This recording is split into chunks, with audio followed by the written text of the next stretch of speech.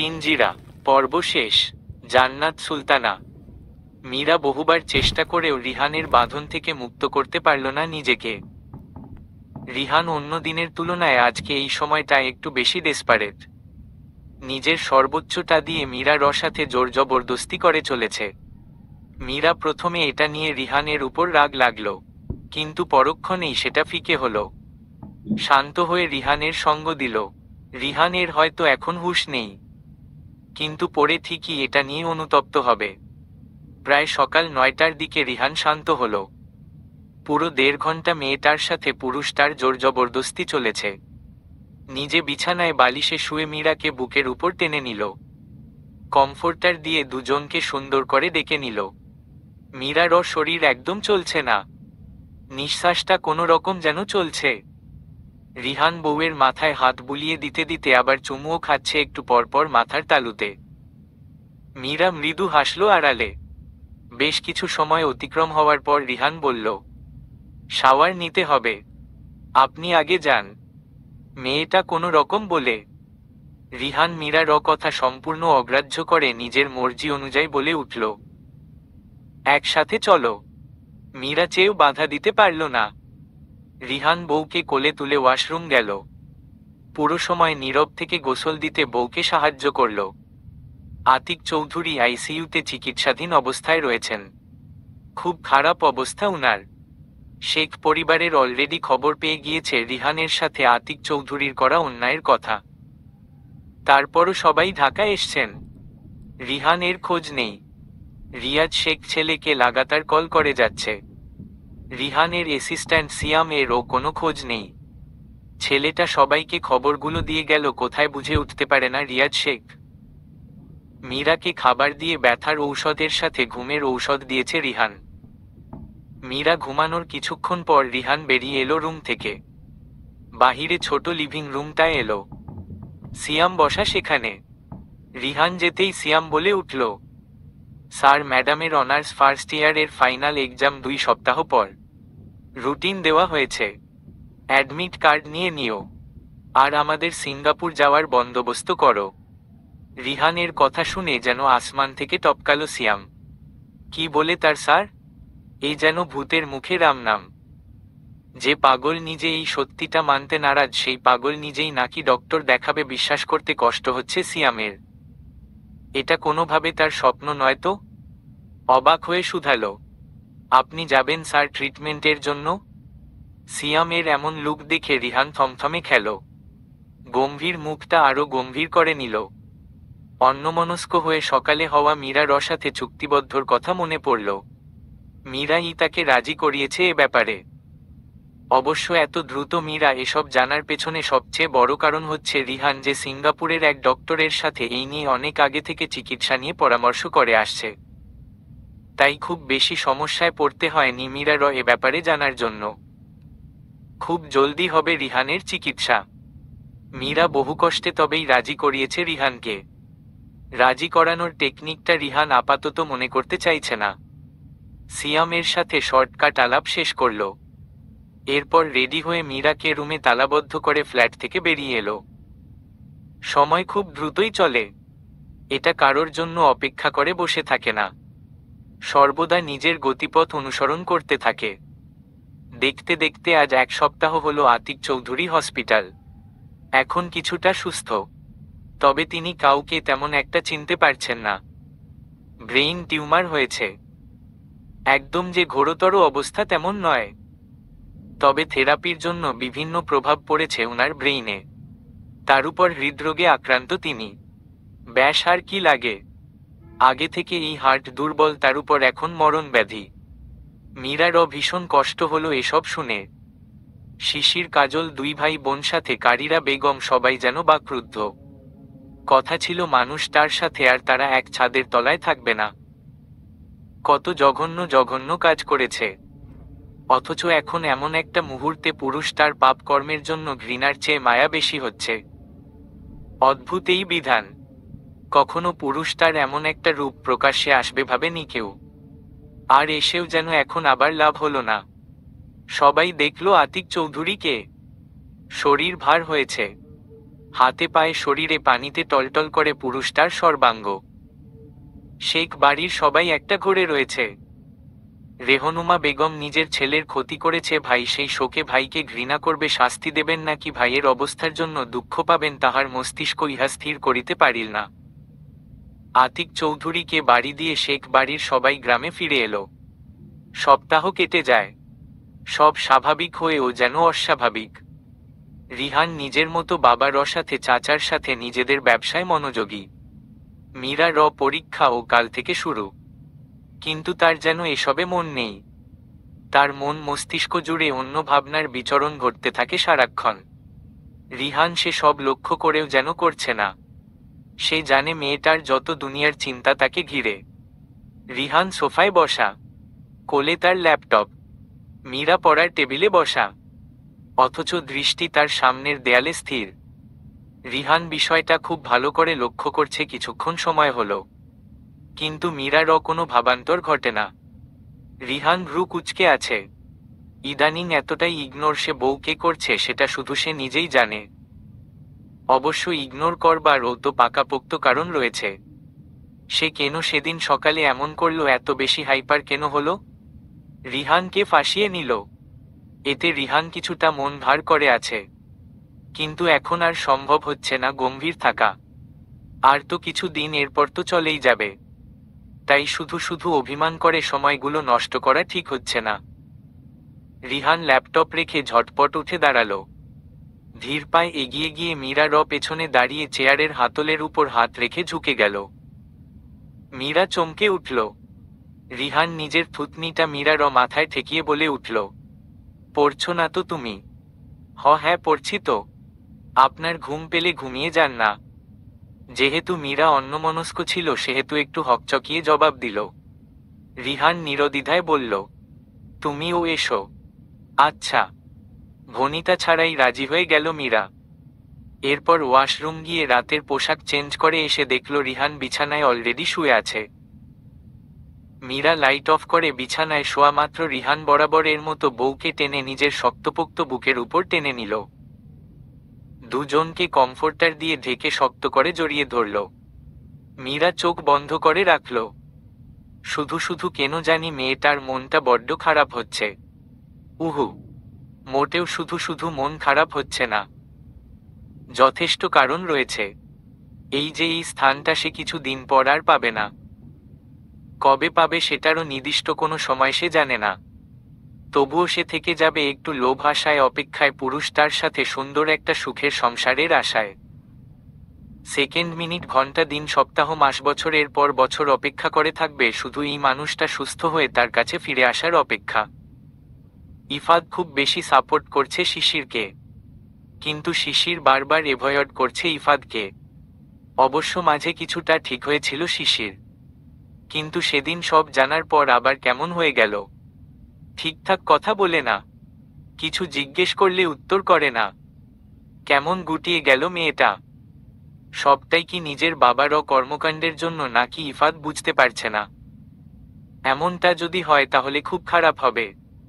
ভুল পাপ যেটাই হোক আতিক চৌধুরী করেছেন তার শাস্তিও তিনি পাচ্ছেন। তাহলে আবার এসব নিয়ে শিশির কেন গুটিয়ে রাখছে নিজেকে শেখ পরিবার থেকে ইফাদ বুঝে পায় না। লাগাতার আজ 4 দিন মেয়েটা কথা বলছে না। ইফাদ ঠিকই ওর সাথে যোগাযোগের চেষ্টা করছে। রাত বাজে 3টা। ইফাদ তখন ও কল মেসেজ করে যাচ্ছে শিশিরকে। বিরক্ত হচ্ছে না, কিন্তু রাগ হচ্ছে তার শিশিরের উপর। একটা সময় কল রিসিভ হলো। শিশির উদাস কণ্ঠে অপর প্রান্ত হতে বলে উঠল, হ্যালো। শিশির যতটা শান্তভাবে কথাটা বলল, ইফাদ ঠিক তার 10 গুণ বেশি তেতে উঠল। ধমক দিয়ে দাঁত কিরমির করতে করতে বলে উঠল, তোর হ্যালোর আমি 100। কালকে আসছি আমি বিয়ে করতে। তোর এই নাটক কদিন পর পর আমার জীবন তেনা তেনা করে দিচ্ছে, বেয়াদব মেয়ে মানুষ কোথাকার। রিহান। মীরা রিহানের কাঁধে মাথা রেখেই ডাকে। রিহান আর চোখে বউয়ের মুখের দিকেই তাকিয়ে আছে।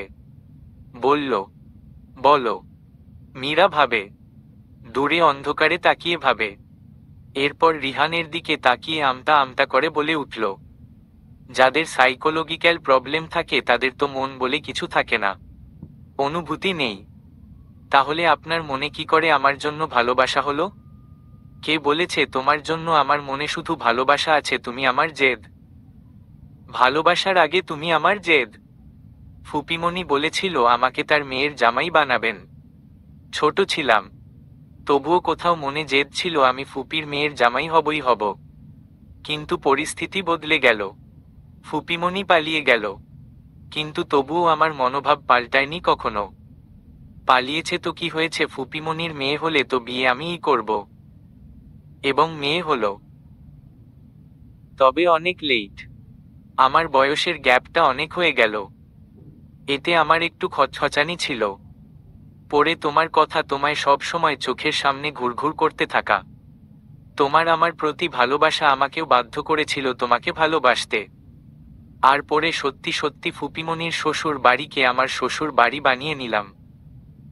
রিহান বেশ গম্ভীর স্বরে কথাগুলো বলে থামল। মীরা চোখ পিটপিট করে তাকিয়ে থাকে আবছা অন্ধকারে রিহানের মুখপানে। কি অদ্ভুত লোক!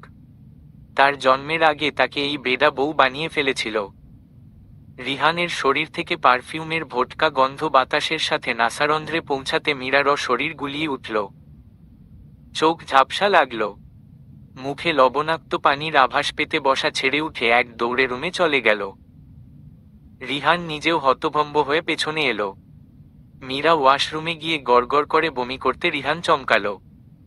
একটুর জন্য ভুলে গেল এই মুহূর্তে বউকে সাহায্য করা প্রয়োজন। মীরা নিজেই ফ্রেশ হয়ে এলো। মীরা বেশ ক্লান্ত হয়েছে। গায়ের চাদরটা বিছানার একপাশে ফেলে বিছানায় ধপাস করে বসে গেল। কেমন ভেপসা গরমে মেয়েটা হাঁসফাঁস করতে লাগল। রিহান বউয়ের এমন কাণ্ডে অবাক হল। থতমত খেয়ে দ্রুত এগিয়ে গিয়ে নিজের গায়ের জ্যাকেটের জিপ খুলে বউকে নিজের বুকের মধ্যে চেপে ধরল। এত ঠান্ডায় মেয়েটা ভারী কাপড় কেন ফেলে দিল বুঝতে অসুবিধা হচ্ছে। মীরা একটুর জন্য কান্না পেল। সে এতটা ক্লান্ত হলো বমি করে, অথচ রিহান একবার তাকে ধরতে পর্যন্ত গেল না। ধাক্কা দিয়ে সরিয়ে দিতে গিয়েও দিল না। তার এমন অনুভূতিহীন মানুষটাকে বড্ড অচেনা লাগছে। ইদানিং বেশি ছন্নছাড়া থাকে পুরুষটা। মীরা একই ভঙ্গিতে বসে আছে। রিহান কিছু সময় পর বউকে ছেড়ে দিয়ে শুয়ে দিল। এরপর কমফর্টার দিয়ে ডেকে লাইট অফ করে এলো। নিজেও পাশে শুয়ে জিজ্ঞেস করল, হঠাৎ বমি কেন হলো? রাতে না ডিম খেয়েছিলাম হয়তো সেই জন্য। রিহান আর কিছু বলল না। মীরা ও স্বস্তির নিঃশ্বাস ছাড়ে। এরপর চোখ বন্ধ করে ভাবল আরো সাবধান হতে হবে। অন্তত রিহান যতদিন না চিকিৎসার জন্য বাহিরে যাচ্ছে। একটি সাইকোঅ্যাক্টিভ ড্রাগ, মন পরিবর্তনকারী ড্রাগ বা চেতনা পরিবর্তনকারী ড্রাগ হলো একটি রাসায়নিক পদার্থ যা মস্তিষ্কের কার্যকারিতা পরিবর্তন করে এবং এর ফলে উপলব্ধি, মেজাজ, চেতনা, জ্ঞান বা আচরণে পরিবর্তন হয়। মানসিক রোগ সাধারণত একজন ব্যক্তির আচরণ, মতানৈক্য, অনুভূতি বা মতানৈক্যের সমন্বয় দ্বারা সংজ্ঞায়িত হয়। এটি মস্তিষ্কের বিশেষ অঞ্চল বা ফাংশনগুলির সাথে যুক্ত হতে পারে, প্রায়ই একটি সামাজিক প্রেক্ষাপটের সাথে তার সংযুক্তি থাকে। মানসিক ব্যাধি মানসিক স্বাস্থ্যের একটি দিক। রিহানের যেহেতু বুঝো হওয়ার পর থেকে মানসিক কিছু সমস্যা ছিল। একরোখা জেদ, কোনো কিছু নিয়ে তার অতিরিক্ত বাড়াবাড়ি, কারোর খারাপ ভালো এসব তার তোয়াক্কা ছিল না, তখন তাকে এক সাইকোলজিস্টের কাছে নেওয়া হয় এবং সেই সাইকোলজিস্টের পরামর্শ অনুযায়ী তাকে সাইকিয়াট্রিস্ট দেখানো হয় এবং তিনি পুরো নিশ্চিত করেন রিহান সাইকো। তবে সেটা বর্তমানে তেমন গুরুতর না হলেও ভবিষ্যতে এর অবস্থা ভয়াবহ হবে। আর যদি হয় ড্রাগস নেওয়ার নেশা, তাহলে সে আরও বেশি অসুস্থ হবে এবং এটা তাকে আরও বেশি ভোগান্তিতে ফেলবে, কিংবা এটা তাকে মৃত্যু যন্ত্রণাও দিতে সক্ষম হবে। আর আতিক চৌধুরী সেটার সুযোগ নিয়েছে, ড্রাগস দিয়েছে, যার ফলে রিহানের অবস্থা আগের চেয়েও শোচনীয়। আর রিহান সুস্থ হওয়া না হওয়া সুনিশ্চিত নয় এখন। দীর্ঘদিন যেমন তার মধ্যে এটা বসবাস করছে, তেমন এটার বসবাস ছাড়াতে দীর্ঘ সময়ের প্রয়োজন হবে। মীরা সবকিছু জেনেছে রিহানের সেই ডক্টরের থেকে। দীর্ঘ সময় হতে পারে, 3 বছর, 5 বছর কিংবা যুগ লাগতে পারে। মীরা এতেও রাজি। যদি এক্কেবারে সুস্থ হয়ে ফিরে আসবে তার ভালোবাসা, তাহলে সে এতেই রাজি। তার জন্য মানুষ তার মনে অনুভূতি হতে হবে, ভালোবাসা হতে হবে, মায়াদয়া থাকতে হবে মনে। নয়তো ওই নরকের পথে আবার হাঁটতে রিহান দ্বিতীয়বার ভাববে না।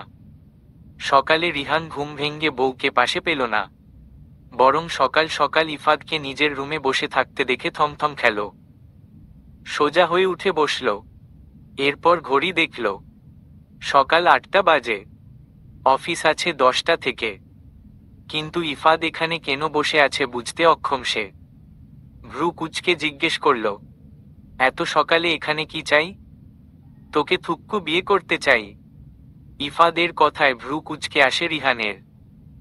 সকাল সকাল মস্করা হচ্ছে তার সাথে, কই সকালে ঘুম থেকে উঠে বউয়ের আদুরে মুখখানা দেখবে আর দেখতে হচ্ছে আরেক বেডার মুখ। মেজাজ না চাইতেও চটে গেল। দাঁত কিরমির করে বলে উঠল, বিয়ে করবি তো তোর বাপ চাচাকে বল। সকাল সকাল আমার দিন কেন খারাপ করতে এসছি? ইফাদ ফ্যালফ্যাল করে তাকিয়ে আছে রিহানের দিকে। রিহানের কোনো ভাবান্তর হলো না, মুখ ঘুরিয়ে নিল কথাগুলো বলেই। ইফাদ এক লাফে সোফায় ছেড়ে রিহানের কাছে গিয়ে পা ধরে নিচে বসে পা টিপতে লাগল। এরপর অসহায় কণ্ঠে বলে উঠল, সোনা মনা ভাই বন্ধু না আমার, প্লিজ এবার হেল্প করে দে। পাক্কা প্রমিজ এরপর তোকে বিরক্ত করব না। রিহান বিছানা ছাড়ল, ইফাদের থেকে নিজেকে ছাড়িয়ে। এরপর গায়ের ফুল হাতার সোয়েটারটার হাতা গোটাতে গোটাতে ওয়াশরুমের দিকে যেতে যেতে বলল, নিচে যা, রেডি হয়ে আসছি আমি। ইফাদ খুশি হয়ে গেল। ধূপধাপ পা ফেলে বেরিয়ে যাওয়ার আগে রিহানের গালে চুমু খেল। বলল, আমার প্রথম চুমু বউকে খাওয়ার আগে তোরে খেলাম, বুঝো কত ভালোবাসি আমি তোরে। ইফাদ চলে গেল খুশি মনে। সে জানে রিহান যেভাবে হোক সবাইকে রাজি করাবে। এদিকে রিহান বিরক্তিকর চোখে তাকিয়ে নিজের গাল হাত দিয়ে অনেকবার মুছল। বিড়বিড় করে বলল, অসভ্য কোথাকার। ঘুম থেকে উঠে বউয়ের চুমু খাওয়ার বদলে কি হচ্ছে আমার সাথে? ছে।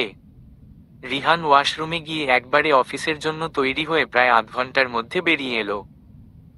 এসে আয়নার সামনে দাঁড়িয়ে সাদা শার্টটার উপর কালো কোট জড়ালো। তখন রুমে এলো মীরা। হন্তদন্ত হয়ে এসে মীরা রিহানের জুতো জোড়া বের করল। টাই হাতে নিয়ে রিহানের সামনে দাঁড়াতে রিহান বাধা দিল। এক হাতে মীরার কোমর জড়িয়ে ধরে নিজের একদম নিকটে নিল, ঘনিষ্ঠ করল মেয়েটাকে নিজের সঙ্গে। এরপর আরেক হাতে ঘাড়ের পেছনে রেখে মুখটা এগিয়ে আনল। সামান্য ঝুঁকে বউয়ের ওষ্ঠদ্বয় আঁকড়ে ধরল। মীরা আবেশে চোখ বন্ধ করে। দীর্ঘ সময় গভীর এক চুম্বনে আবদ্ধ রইল দুজন। অনেক সময় পর রিহান বউকে ছেড়ে দিয়ে বিছানা থেকে ব্লেজার হাতের ভাঁজে ঝুলিয়ে নিল। মীরা ততক্ষণে নিজেকে সামলে রিহানের জুতো পরিয়ে দিল। রিহান কোনো রূপ বাক্য ব্যয় না করে চলে যাচ্ছিল। মীরা অবাক হল, রোজ তো এভাবে যায় না। আগে নাস্তা করে তারপর তৈরি হয়ে অফিস যায়। মীরা সন্দিহান কণ্ঠে জিজ্ঞেস করল, কোথায় যাচ্ছেন আপনি?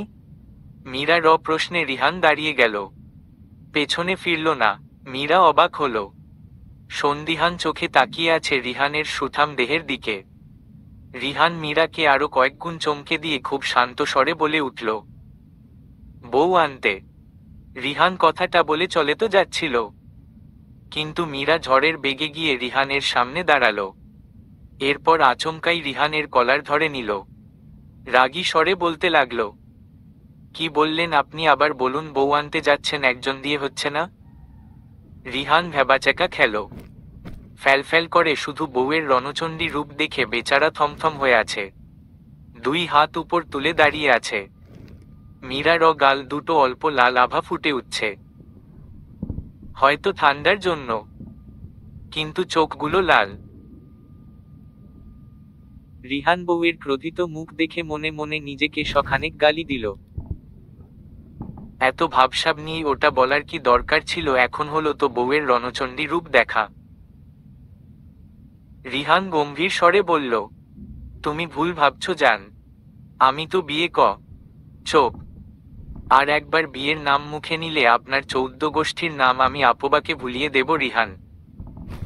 রিহানের পুরো কথা সম্পূর্ণ করার আগেই মীরা তেতে উঠল। দাঁত খিচে দিল এক ধমক। রিহান ভয় পায়নি। চোখ পিটপিট করে পুরুষটা। মীরা এতে একটু মনে মনে ভয় পেল। কারণ রিহান তো কেমন এটা মীরা খুব ভালো করে জানে। এখন যদি ধমক টমক দেয় তাহলে নিশ্চিত মেয়েটা এই মুহূর্তে জ্ঞান হারাবে। রিহান ততক্ষণে নিজের মাথা দুই হাতে চেপে ধরেছে। এরপর মাথা উপর নিচ দুইবার ঝাঁকিয়ে বলে উঠল, আরে আমার বাপ, আগে পুরো কথা তো শুনবে। মীরা দৃষ্টি স্থির রাখে রিহানের মুখের দিকে। রিহান মীরাকে এক টানে নিজের বুকের সাথে উল্টো করে চেপে ধরল। মীরা পিঠ গিয়ে ঠেকল রিহানের শক্ত করে মেয়েটাকে নিজের সাথে চেপে রেখে বলল, বিয়ে আমি করব না। বিয়ে তো ইফাদ করবে। মীরা হঠাৎ যেন আসমান থেকে টপকালো। থতমত খেয়ে একদম চুপ হয়ে গেল। রিহান বউয়ের ঘাড়ে নাক ঘষে পরপর কয়েকবার সেখানে অধর ছুঁয়ে দিল। বলল, এক্সাম না একটা থেকে তুমি চলে যেও, আমি সন্ধ্যায় নিয়ে আসব গিয়ে। মীরা শুধু মাথা নাড়ে অল্প করে। রিহান মুচকি হেসে বউয়ের কপালে চুমু খেয়ে বেরিয়ে গেল।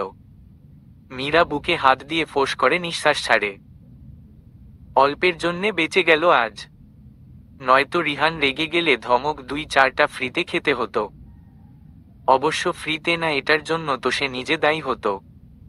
কি দরকার ছিল পুরো কথা না শুনে এমন রেগে রণচণ্ডী রূপ ধারণ করার? আতিক চৌধুরীর অবস্থা আগের চেয়ে কিছুটা ভালো। বাড়ি নিয়ে আসা হয়েছে উনাকে, সাথে বাড়িতে সব ট্রিটমেন্টের ব্যবস্থা করে দিয়েছে। এখন কথা বলতে জিহ্বায় বাজে, কিন্তু ডক্টর বলে দিয়েছি হয়তো উনার স্মৃতিশক্তি দুর্বল হতে পারে, সাথে কথা যাও একটু বলতে পারে, এটাও হয়তো একসময় বন্ধ হয়ে যেতে পারে। এখন একমাত্র ঔষধ আর আল্লাহর উপর ভরসা। কাজল বলেছে বাহিরে ভালো কোনো দেশে নিবে চিকিৎসা করাতে, কিন্তু এখন নয়, এটার জন্য সময়ের প্রয়োজন। আর এখন যেহেতু কিছুটা সুস্থ বা এর চেয়ে খারাপ কিছু হওয়ার আশঙ্কা নেই বা পুরোপুরি সুস্থ কোনো দিন হবে না, তাই এসব করেও লাভ নেই। এদিকে সব কিছুর দায়িত্ব কাজলের উপর পড়েছে। অফিস, ব্যবসা, বাবারও রাজনীতি। এতে অবশ্য শিশির অনেক বেশি হেল্প করে যাচ্ছে ভাইকে, যেহেতু সে নিজেও পড়াশোনা করেছে। তাই তেমন একটা সমস্যা হচ্ছে না শিশিরের সবকিছু বুঝতে। আর এত সব সামলানোর ভিড়ে আর নিজের বাবার করা অপরাধে শিশির অনেক বেশি ভেঙে পড়েছে, ভেতর থেকে দুর্বল হয়ে গিয়েছে। দুপুরে শিশির কাজল দুজনেই বাড়ি ফিরে শেখ বাড়ির সব পুরুষদের দেখে অনেক বেশি অবাক হয়েছে। আতিক চৌধুরী অসুস্থ হওয়ার পর সবাই কমবেশি তাদের খবরাখবর নিয়েছে, আবার 2 দিন করে এসে দেখেও গিয়েছে। তবে সবার পোশাক আশাক আর ভাবসাব দেখে শিশির একটু নার্ভাস হয়ে গেল, কারণ সবাই ওকেও দেখছিল। কারিরা বেগম এসে মেয়েকে টেনে নিল, এরপর রুমের দিকে চলে গেল। কাজল গিয়ে সোফায় বসল, নিজের ফুপা আর রিহানের সাথে কথা বলল। রেহনুমা বেগম অসুস্থ একটু, সেই জন্য আর আসেনি, কিন্তু ভাইয়ের খোঁজ খবর নেয়, ফোন করে। কাজল এতে নিশ্চিত হয় ফুপিমণি বাবার উপর রাগ নেই, হয়তো অভিমান আছে, সাথে অভিযোগও। কেন তার ছেলেকে মৃত্যুর দিকে ঠেলে দিল সেই অভিযোগ। কাজলের ভালোমন্দ কথা শেষ রমজান শেখ বেশ গম্ভীর স্বরে বলল, আমরা তোমার মায়ের সাথে কথা বলেছি শিশির আর ইফাদের ব্যাপারে। এখন তুমি মতামত দিলে আমরা সামনে এগুতে চাই, মতামত না দিলেও আগাবো। রমজান শেখের কথা শেষ হওয়ার সাথে সাথে রিহান বলে উঠল। কাজল মাথা নিচু করে বসে থাকে। ইফাদ তার বোনকে ভালোবাসে, সে জানে, কিন্তু শিশির এখন রাজি হলে হয় এই অবস্থায়। কিন্তু কাজল মনে প্রাণে চাইল শিশির রাজি হয় যেন। এমনিতেই বাবার অজন্য কষ্ট পাচ্ছে, আবার নিজের ভালোবাসার জন্য। সে চায় তার বোন সুখে থাকে, আর সেটা এখানে এভাবে থেকে কিছুতেই হবে না। এদিকে কারিরা বেগম মেয়েকে রীতিমতো ইমোশনাল ব্ল্যাকমেইল করে যাচ্ছে। শিশির যেন নিজের মাকে চিনতে কষ্ট হচ্ছে। দেখছো তো বাবা অসুস্থ হয়ে গিয়েছে, যে কোনো সময় যা কিছু হতে পারে। তার উপর তোমার নিজেরও তো বিয়ের বয়স হয়েছে, এভাবে কারোর জীবন চলতে পারে না। কাজল সামলে নেবে সব। আশা করি তুমি তোমার এবং আমাদের সবার ভালোটা চিন্তা করবে। কারিরা বেগম কথা শেষ চলেই যাচ্ছিল, কিন্তু শিশির মায়ের হাত ধরে আটকে নিল। এরপর মাথা নেড়ে সম্মতি দিল সে রাজি বিয়ে করবে। কারিরা বেগম মেয়েকে জড়িয়ে ধরে কাঁদল। প্রায় অনেক সময় পর মেয়েকে নিয়ে বেরিয়ে এলো। ততক্ষণে শাহনাজ এসে নিচে শিশিরের সম্মতির কথা জানিয়ে দিয়েছে।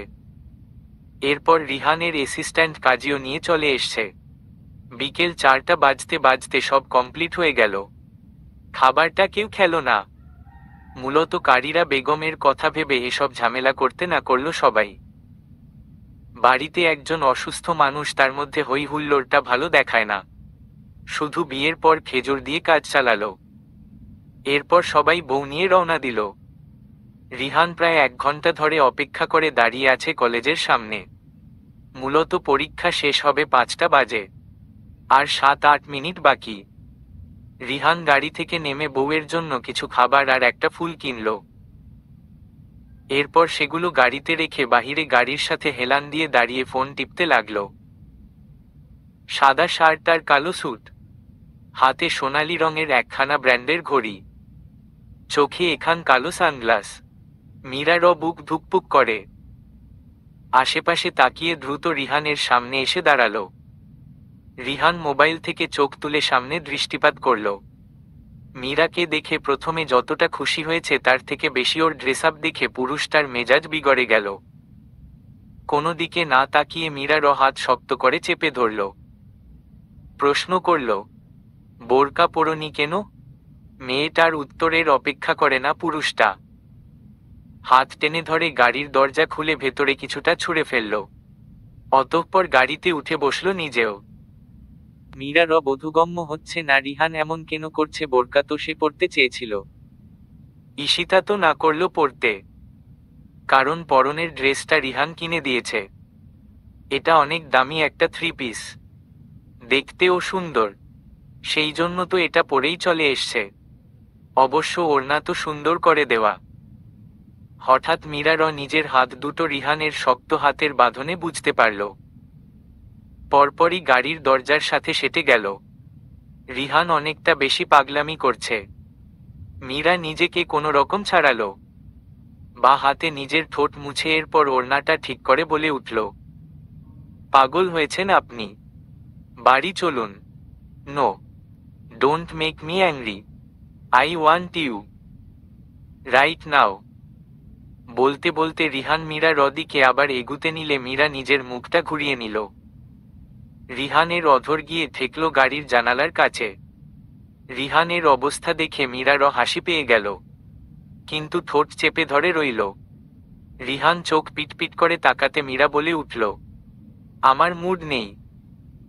আপনি বাড়িতে না নিয়ে গেলে আমি অটো করে চলে যাব। রিহান আর কি রাগে ফোঁস ফোঁস করে নিজের সিটে বসল। গাড়ি স্টার্ট করে বিড়বিড় করে বলল, একবার বাড়ি চলো, এরপর মুড না এসে কিভাবে থাকে দেখে নেব আমি। রিহান পাগল হয়েছেন আপনি, নিচে নামান। রিহান মীরার কথায় পাত্তা দিল না। গাড়ি থেকে কোলে তুলে নিয়েছে সে বউকে। সন্ধ্যায় নিশ্চয়ই এখন সবাই লিভিং রুমে। মীরার আগে দুঃখে হাত পা ছড়িয়ে বসে কাঁদতে ইচ্ছে করছে। মীরার ভাবনা সত্যি হলো, সবাই লিভিং রুমে বসে আড্ডা দিচ্ছে। মীরা লজ্জায় রিহানের গলায় মুখ গুজে রইল। রিহান সোজা সবার সামনে দিয়ে নিজের রুমের দিকে এগিয়ে এলো। পেছনে বিস্ময় কয়েক জোড়া চোখ বড় বড় করে তাদের দিকে তাকিয়ে। সেদিকে পুরুষ, তার কোনো ভ্রুক্ষেপ নেই। রুমে এসে রিহান বউকে বিছানায় ফেলে নিজের গায়ের স্যুট কোট টাই সব এক এক করে খুলে নিতে লাগলো। শার্ট অর্ধেক খুলেই বিরক্ত হলো পুরুষটা। পুরোটা না খুলেই বউয়ের পা টেনে ধরে এক টানে নিজের নিকটে নিয়ে এলো। মীরা চমকালো, শরীর শিরশির অনুভূতি হচ্ছে। এই ভরসন্ধ্যায় রুমের দরজা বন্ধ করে রাখলে সবাই কি ভাববে? মীরা এসব ভেবে হয়রান হলেও রিহানের মাদকাসক্ত চাহনি আর মাতাল করা স্পর্শে মীরারও প্রাণ যেন দেহ ছেড়ে বেরিয়ে আসার জন্য ছটফট করছে। কিন্তু রিহানকে সেটা হতে দিবে উহু? একমাত্র বউয়ের বলে কথা। রিহান বউয়ের মুখ বন্ধ করে দিল। মীরা ছটফট করতে করতে একসময় শান্ত হয়ে গেল। শিশির শেখ বাড়িতে আসার পর একবার ও ইফাদের রুমে আসেনি, তবে সবার সাথে বিহেভিয়ার নর্মাল। রাতে খাবার খেতে বসেও ইফাদকে খাবার সার্ভ করে দিয়েছে। ইফাদ এতে মনে মনে একটু অবাক হলেও উপরে উপরে ভাব এমন যেন সেও এসব নিয়ে ভাবছে না। কিন্তু মনে মনে সে ঠিকই ভয় আছে, এভাবে হুট করে বিয়ে করে নিয়ে এলো জোর করে, মেয়েটা নিশ্চয়ই রেগে আছে তার উপর। ইফাদ খাবার খেয়ে রুমে এসে চিন্তিত মুখে বসে রইল বিছানায়। আজ তাদের বাসর রাত। এখানে অপেক্ষা করার কথা ছিল বউয়ের, উল্টো সে নিজে অপেক্ষা করছে বউয়ের জন্য। অদ্ভুত ব্যাপার। ইফাদ জোরে শ্বাস ফেলে বিছানা ছাড়ল, নিজের ব্যালকনিতে গিয়ে কিছুক্ষণ সময় কাটালো, কিন্তু শিশির এলো না। ইফাদ চিন্তিত মুখে কক্ষ জুড়ে পায়চারি করতে লাগল। ঘড়ির কাঁটায় কাঁটায় 12টা বাজতে শিশির কক্ষে প্রবেশ করল। এসে মুচকি হাসল। ইফাদ অপ্রস্তুত হল, কোন প্রতিক্রিয়া দেওয়া উচিত। এক মুহূর্তের জন্য শিশিরের হাসি মুখের দিকে তাকিয়ে ভুলে গেল। শিশির আসার সময় নিজের লাগেজ নিয়ে এসেছিল। সেখান থেকে পোশাক নিয়ে ওয়াশরুমে গেল। গায়ে তার সেই নর্মাল বিয়ের শাড়ি। শাড়িটা ইফাদের মায়ের শাড়ি, নর্মাল খয়েরি রঙের একটা জামদানি শাড়ি। বেশ পুরনো, তবে বেশ নজরকাড়া শাড়ির সৌন্দর্য। ইফাদ বুঝতে পারছে না আসলে শাড়িটাই সুন্দর নাকি সুন্দরী রমণী শিশিরের গায়ে জড়িয়ে শাড়িটা সুন্দর দেখাচ্ছে, হয়তো দুইটাই। ইফাদ গিয়ে বিছানায় বসে। এখন তার কি করা উচিত? ঘুমিয়ে পড়বে নাকি বসে থাকবে? শিশির কি তাকে কিছু বলবে? সে যে জোর করে বিয়ে করে নিল, তবে ইফাদের হঠাৎ গতকাল রাতের কথা মনে পড়ল। ঠিক এই সময়টাই তো সে ছটফট করছিল মেয়েটার সাথে একটু কথা বলার জন্য, কণ্ঠস্বরটা একটু শোনার জন্য। অন্তর পুড়ছিল। আর এটা ভেবে মন পুলকিত হতে লাগলো যে কাল যার জন্য সে ছটফট করছিল আজ সে তার বউ, এবং সে তার কথা রাখতে পেরেছে। ইফাদের ভাবনার মাঝে শিশির বেরিয়ে এলো। পরনে একটা হাঁটু সমান লম্বা গেঞ্জি আর প্লাজো। শিশির এসে শাড়িটা ওয়াশরুমের সামনে রাখা বিনে রাখল। গায়ে তার একটা ওড়না, যেটা বিছানায় এক কোণে রেখে আয়নার সামনে দাঁড়িয়ে গেল। ইফাদ আস্তে করে ঢুক গিলে যা দেখে। বেচারা একটা সময় প্লেবয় ছিল, অনেক মেয়ের সাথে হয়তো টুকটাক ফ্লার্ট করা, ডেটে যাওয়া, কিন্তু কখনো এরকম অনুভূতি হয়নি। শিশির নিজের কাজ শেষ করে এসে একদম ইফাদের গা ঘেঁষে বসল। এই পুরুষটাকে সে ভালোবাসে, অসম্ভব রকমের ভালোবাসে, কিন্তু মুখ ফুটে সে কখনো বলেনি। শিশিরের মনে সবসময় এটা ছিল যে ভালোবাসলেই পেতে হবে এমন তো কোনো কথা নেই। ইফাদের ব্যবহারে শিশির কষ্ট পেত, তার চলাফেরা শিশিরের হৃদয়ে রক্তক্ষরণ হতো। শখানেক মেয়ের সাথে তার সম্পর্ক, এসব শিশিরের দমবন্ধকর অনুভূতিতে নিজে মানসিক অশান্তিতে ভোগাত।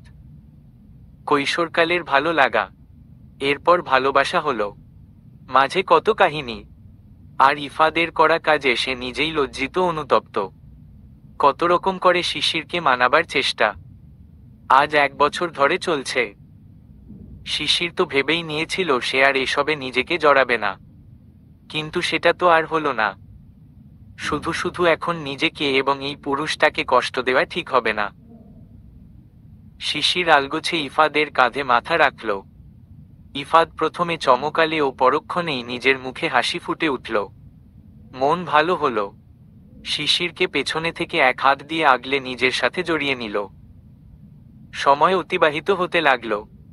দুজনেই চুপ করে একে অপরকে অনুভব করতে লাগল। ইফাদ অনেকটা সাহস সঞ্চয় করে জিজ্ঞেস করল, আমাকে এখনো ঘৃণা করো? শিশির চুপ করে আছে। ইফাদ ভেবে নিল হয়তো তার ধারণা সত্যি। এটা ভেবে মন খারাপ হলো। তবে শিশির পুরুষ তার ধারণা ভুল প্রমাণ করে দিয়ে বলে উঠল, উহু, অনেক বেশি ভালোবাসি। আমিও ভালোবাসি। ইফাদ উচ্ছ্বসিত হয়ে সাথে সাথে জবাব দিল। শিশির মুচকি হাসল। ইফাদ আবার আমতা আমতা করে বলল, সেদিনের ছবিগুলো জাস্ট একটা মেয়ের সাথে ঘুরতে গিয়ে তুলেছিলাম, কিন্তু বিশ্বাস করো মেয়েটা ছবিগুলো এডিট করে এমন ঘনিষ্ঠ করেছিল। শিশির পিটপিট করে চোখ খুলে তাকিয়ে আছে পুরুষটার মুখপানে। ইফাদ কিক্ষণ বাদে ফের বলে উঠল, আমি জানি আমি একটা সময় হয়তো অনেক বেশি মেয়েদের সাথে ফ্লার্ট করেছি, কিন্তু কাউকে বেড ইফাদ আর কিছু বলতে পারল না। তার আগেই শিশির ইফাদের মুখে আঙুল চেপে ধরল। এরপর রাগান্বিত হয়ে দিল এক ধমক। চুপ, এসব আমাকে বলতে হবে না। বিশ্বাস করি আমি।